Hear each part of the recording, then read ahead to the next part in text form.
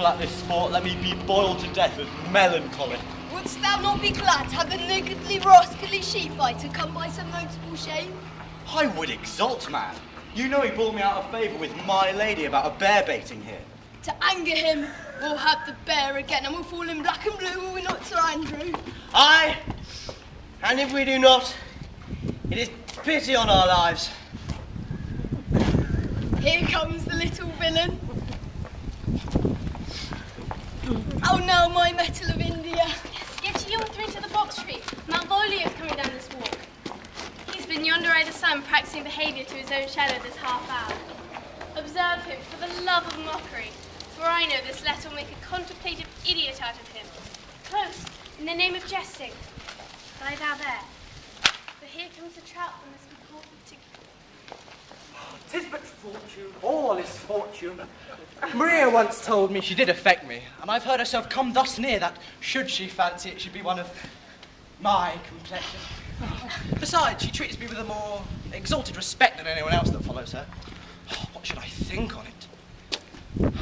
Here's an overweening rogue. Oh, peace. Contemplation makes a rare turkey cock of him. How he jets under his advanced plume. Slight, I could so beat the rogue. Peace! To be Count Malvolio. Ah, rogue! Pistol him! Pistol him! Peace, peace. There is example for it. I believe the lady of the Strachey married the yeoman of the wardrobe. Oh, for a stone bow to hit him in the eye. Fire on him, Jezebel! Oh, peace. Now he's deeply in. Look how imagination blows him. Having been 3 months married to her, sitting in my state. Fire and brimstone. Oh, peace, peace. Calling my officers about me in my branch velvet gown, having come from a daybed where I've left Olivia sleeping. Bolts and shackles. Peace, peace, peace, now. And then to have the humour of state, and after a demure travel of regard, telling them I know my place, as I would they should do theirs. As for my kinsman Toby. Shall this fellow live? Though our silence be drawn from us with cars, yet peace. 7 of my people make out for him in an obedient start. I frown the while, and perhaps wind up a watch or play with some rich jewel. Sir Toby approaches and curtsies there to me. Does not Toby take you a blow on the lips, then? I extend my hand to him thus, quenching my familiar smile with an austere regard of control. What? Saying, Cousin Toby, my fortunes, having cast me upon your niece, give me this prerogative of speech. What? You must amend your drunkenness. Oh, scum! Nay, patience, or we break the sinews of our plot. Besides, you spend the treasure of your time with a foolish knight. That's me, I warrant you! One Sir Andrew. I knew 'twas I! Made you call me a fool! What employment have we here? Now is the woodcock near the gin. By my life, this is my lady's hand. These be her very C's, her U's, her T's. Oh, and thus makes she her great P's. It is in contempt of question her hand. She's using her teas. What was that? To the unknown beloved, this and my best wishes. Her very phrases, by your leave, wax in the impressure of her Lucrece with which she uses to seal. 'Tis my lady. To whom should this be? This wins him, liver and all. Jove knows I love, but who? Lips do not move, no man must know. No man must know. What follows? No, the number's altered. No man must know. Oh, if this should be the Malvolio! Marry, hang thee, Brock! I may command what I adore, but silence, like a Lucrece knife with bloodless stroke, my heart doth gore.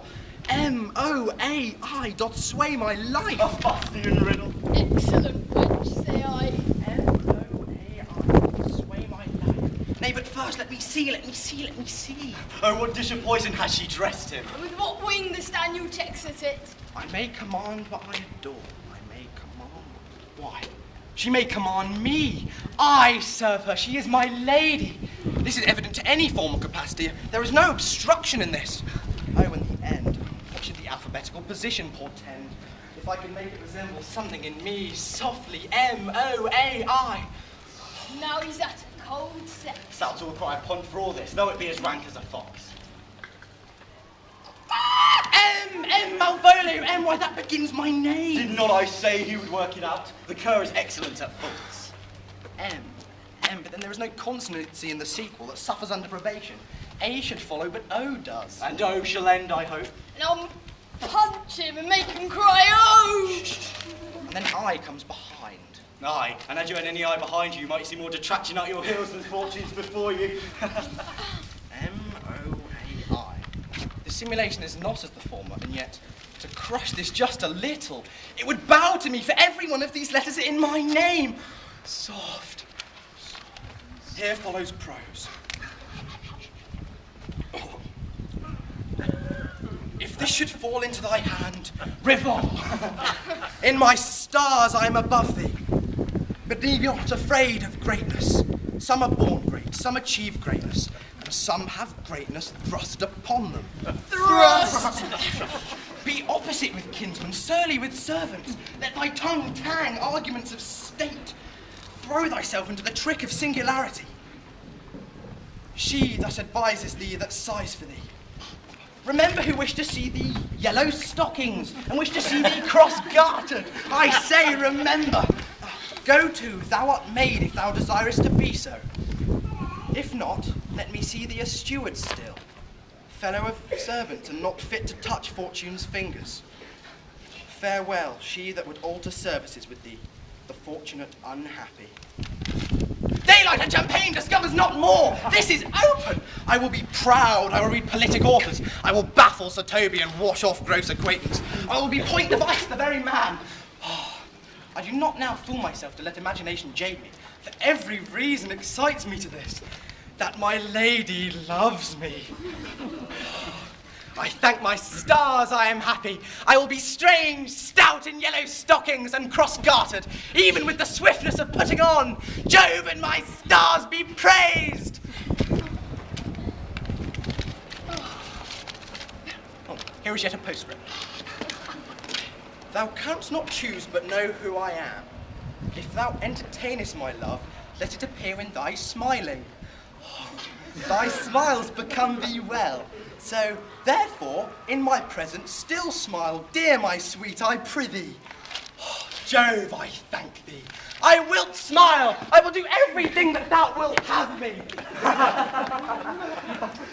I will not give my part of this sport for a pension of thousands to be paid from the Sophie.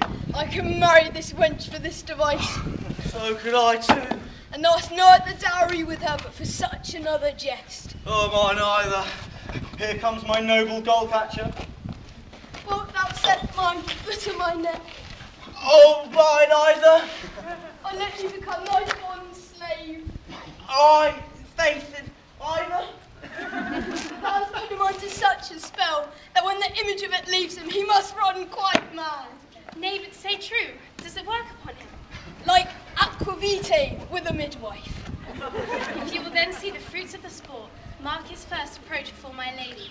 He will come to her in yellow stockings, and 'tis a colour she abhors, and cross-gartered a fashion she detest. And he will smile upon her, which will now be so unsuitable to her disposition, being addicted to a melancholy as she is, that it cannot but turn him into a notable contempt. If you will see it, follow me. To the gates of Tartar, thou most excellent devil of wit. And I'll make one too. Yellow stockings.